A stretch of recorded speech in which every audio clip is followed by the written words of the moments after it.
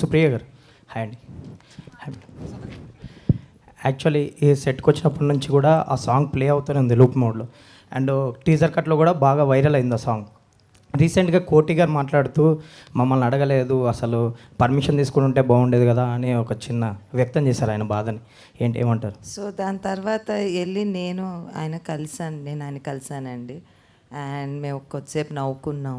ఎందుకంటే యాక్చువల్లీ ఆదిత్య వాళ్ళది ఈ పాట, ఈ ఆల్బమ్ అంతా ఆదిత్య వాళ్ళది.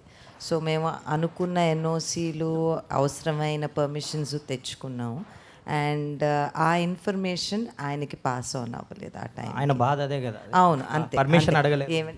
యాక్చువల్లీ అండి అది నిజమైన బాధే. ఎందుకంటే మనం సినిమా తీసేటప్పుడు రాసిన మనిషి కానీ, ప్రొడ్యూస్ చేసిన మనిషి కానీ, ఆ పాట అల్లిన మ్యూజిక్ డైరెక్టర్కి కానీ వాళ్ళకి ఏమవుతుందంటే, మేము ఆ టైంకి సినిమా అమ్మేస్తాం, మాకెవ్వరికీ రైట్ ఉండదు.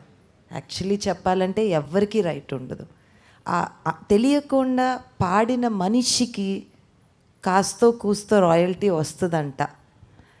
బట్ అది ఎప్పటికన్నా ఇప్పుడు మేము చేసే కొన్ని ధర్నాల్లోనో లేకపోతే ఇట్ ఈస్ ట్రూ, ఆల్ ఆర్టిస్ట్కి ఆ పుట్టుకతో ఆ ఆలోచన ఎక్కడ వచ్చిందో, that story idea, the song idea ఇండియాలో ఐ జస్ట్ థింక్ అండి, ఆయన మనోభావన కరెక్టే, ఆయన అనుకున్నది కరెక్టే. దాని తర్వాత నేను ఆయన ఇంటికి వెళ్ళి ఆయనతో మాట్లాడి మేమిద్దరం ఆయనకు ఇలా కూడా జరుగుతుందా, అలా కూడా జరుగుతుందా అని మాట్లాడుకున్నామండి. So thankfully everything